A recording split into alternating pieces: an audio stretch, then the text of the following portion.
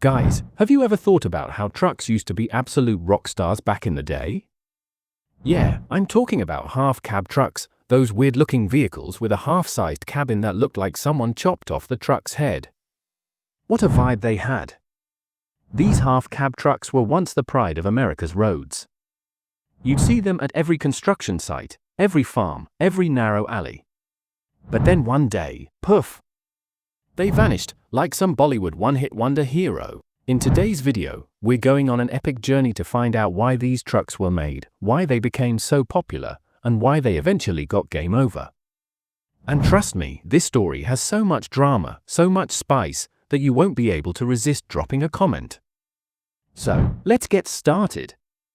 The birth of half-cab trucks, a unique tale.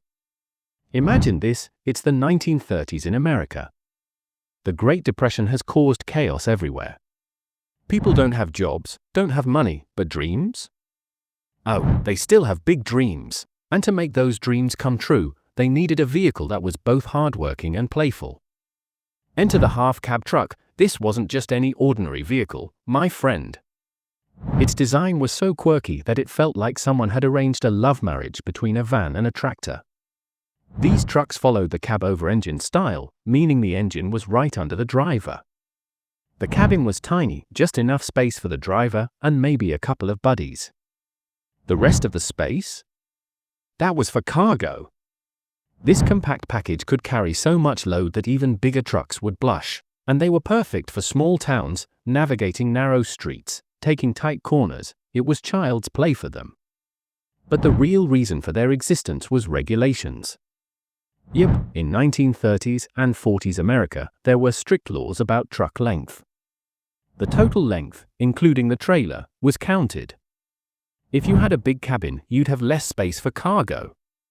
Half-cab trucks flipped the bird at this problem. Their small cabin meant more room for a longer cargo bed. So, within the same length, you could carry more stuff. Genius move, right? And the brands? Oh, wow! Autocar, Mack, Freightliner, they all jumped into the race. They built half-cab trucks that weren't just practical but had a vibe of their own. Picture this, a driver sitting in his shiny half-cab truck, Elvis Presley playing on the radio, hauling cement to a construction site or fertilizer to a farm. What a scene! What do you think about that era? Drop it in the comments, cause I bet you're a fan of this retro vibe too. The golden era, when half-cab trucks were rock stars. Now let's talk about the golden era of these trucks, from the 1940s to the 1970s. This was the time when half-cab trucks ruled America's roads. Construction sites, farms, factories, they were everywhere. And why not? These trucks were all-rounders. The biggest thing, their maneuverability. In small towns with streets so narrow that big trucks couldn't even dream of entering, these half-cab trucks moved like ninjas. Reverse, take tight turns, or deliver in crowded market areas, these trucks never failed. Then there was their compact size. Man, these trucks were so small that parking was a breeze. In today's world of massive monster trucks, imagine a truck that's small but gets big jobs done. And cargo capacity? Wow! They could carry so much that people were left stunned. Cement or steel for construction, equipment for farming, load it all up, no stress. And another thing, these trucks were affordable. For small businesses, farmers, contractors, they were the perfect choice. Brands like Autocar designed them specifically for tough jobs, refuse collection, cement mixing, or heavy-duty hauling. There was this one model, the Autocar CK64 half-cab. It was so tough, it felt like Superman's little brother. But there was a bit of fun in their story too. Drivers used to say that sitting in these trucks was an adventure. The cabin was so small that there was only one proper seat, and if a friend sat along, they'd be squished together. And the engine?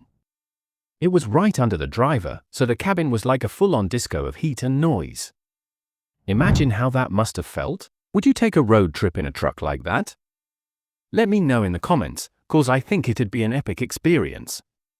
The downfall, why did they get game over? But every story has a twist, and the half-cab truck story got its villain moment too. By the 1980s, these trucks started disappearing. So, what caused this twist? Let's break it down. The biggest villain was changing regulations. In 1982, America's truck length laws changed. Instead of counting the total length, now only the trailer's length mattered. This meant you could build a bigger cabin without sacrificing cargo space. Conventional trucks, with the engine in a hood up front, started looking more practical. They offered the same cargo capacity but with more space for the driver. So, the edge that half-cab trucks had? It was gone. Then came the driver comfort drama. The driver's experience in a half-cab truck. Man, it was like a bit of a penance. Tiny cabin, engine underneath, so you got a triple attack of heat, vibrations, and noise. And sleeper bunks? They were so small that drivers probably thought, is this a bed or a showbox? Conventional trucks offered bigger cabins, air conditioning, and proper beds. Who'd want to stay squished in a tiny cabin when there's a luxury option? And another thing, safety concerns. In half-cab trucks, the driver sat right above the engine. If there was an accident, the risk to the driver was higher. In conventional trucks, the engine was up front, acting as a buffer in crashes. In an era focused on safety, this was a big factor. Then the market trends changed too. By the 1980s, the trucking industry was all about bigger, more powerful conventional trucks. Companies started investing in those instead of smaller trucks. And half-cab trucks? They started feeling old school, like a 90s pager next to today's smartphone. But here's the thing, their charm still lingers. Even today, some enthusiasts restore these trucks and take them to vintage shows. Imagine a shiny half-cab truck with a retro paint job, standing proud at a car show. What a scene, right? Would you want to see these trucks back on today's roads? Or do you think they're better off in history books? Spill your thoughts in the comments. The cultural impact, half-cabs in America's heart. Now, let's talk about how half-cab trucks weren't just machines, they were icons. These trucks didn't just haul cargo, they carried stories, dreams, and a slice of Americana that still gives us goosebumps. Back in the day, half-cabs were the heartbeat of small-town life. Every diner, every hardware store, every dusty road had one parked nearby. They were the unsung heroes of the post-war boom, helping rebuild America from skyscrapers to family farms. Picture a kid in the 50s, ice cream cone in hand, waving at a half-cab driver delivering lumber. That driver wasn't just a worker, he was a local legend, the guy who kept the town moving. And pop culture? Oh, they snuck in there too. Half-cabs starred in old-school lads, grainy TV shows, even B-movies where they'd rumble through deserts chased by bad guys. They had this gritty, underdog charm, not flashy like muscle cars, but real. Like that one uncle who's quiet but has the best stories. Drivers had a bond with these trucks. They'd name them Betsy, Big Red, and treat them like family. Sure, the cabin was a sauna, but it was their sauna. They'd slap on custom paint, chrome rims, whatever made it theirs. It was a badge of pride, proof they could handle the tough life. Even music got in on it. Country songs from the 60s had lines about riding high in my cab over rig. Half-cabs were the working man's poetry. They stood for hustle, for showing up when the world was heavy. Today, they're legends in a different way. Car shows, retro festivals, half-cabs draw crowds like moths to a flame. People snap selfies, swap stories, and kids ask, why don't trucks look like this anymore? It's nostalgia, sure, but also respect for a time when things were built to last, quirks and all. What's your vibe? Ever seen a half-cab in real life? Maybe in a movie or an old photo? Or got a story from someone who drove one? Drop it in the comments, I'm dying to know what these trucks mean to you.